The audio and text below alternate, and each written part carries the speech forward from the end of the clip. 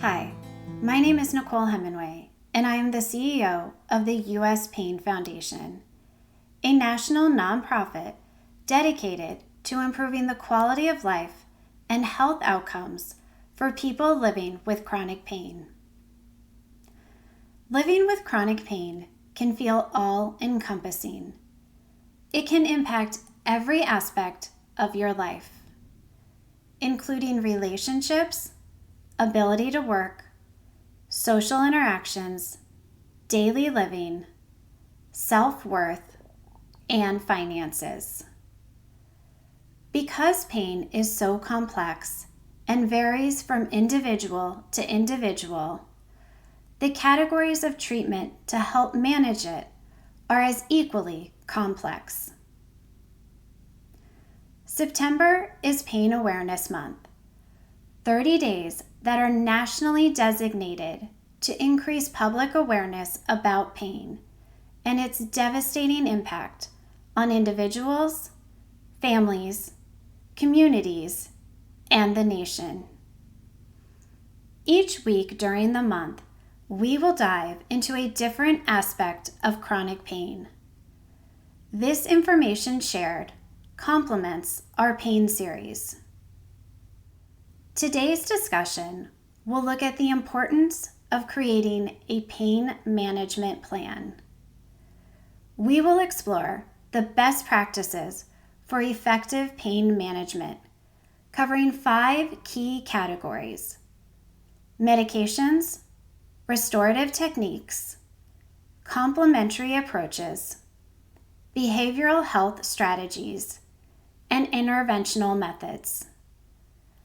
We'll also introduce you to a valuable resource, mypainplan.org, to aid you in developing your own personalized pain management plan.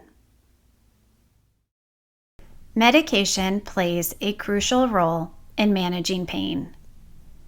There are many types, including over-the-counter analgesics, non-steroidal anti-inflammatory drugs, or NSAIDs, opioids, and other medications.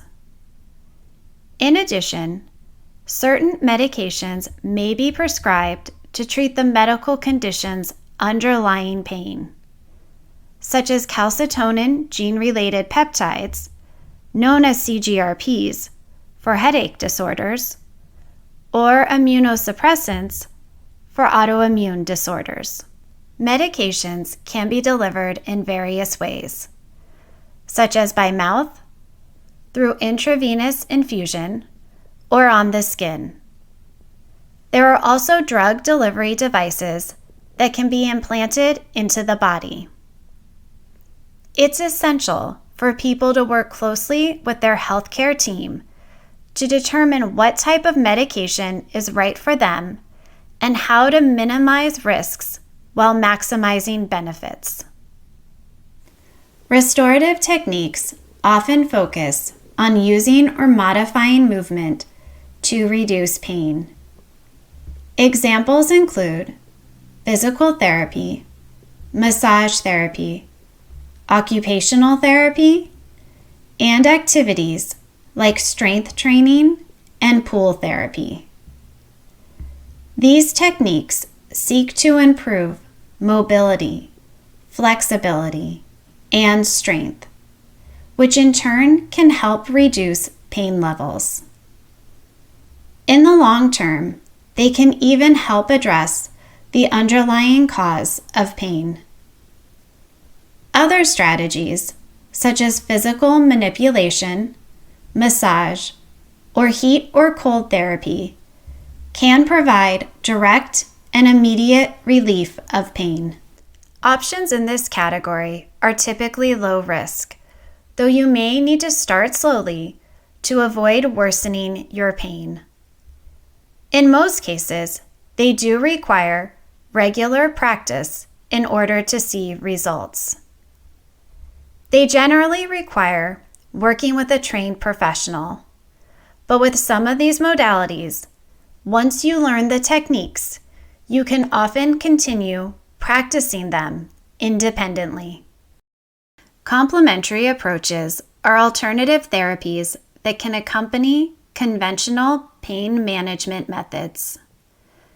These integrative health approaches include options that are not typically part of conventional medical care or that have origins outside of Western medicine.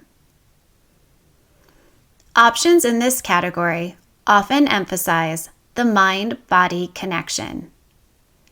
They may include acupuncture, herbal supplements, dietary changes, aromatherapy, or hypnosis.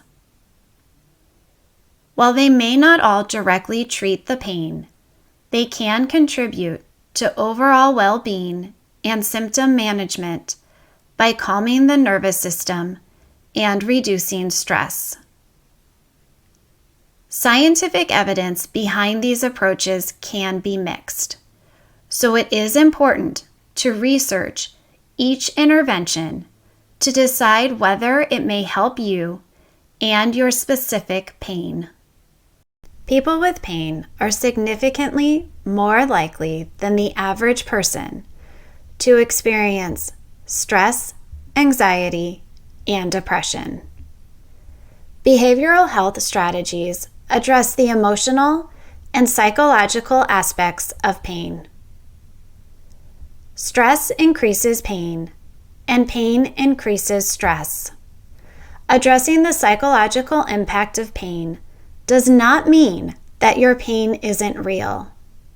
It just acknowledges that the mind and the body are closely interrelated. Interrupting the cycle of pain and stress is essential to improving your quality of life.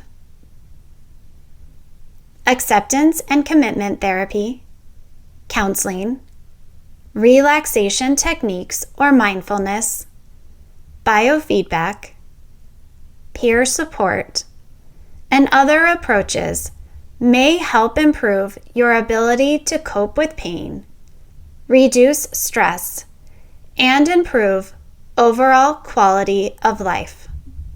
Interventional methods involve procedures aimed at directly targeting the source of pain. This could include nerve blocks, epidural injections, radiofrequency ablation, or even surgery in some cases.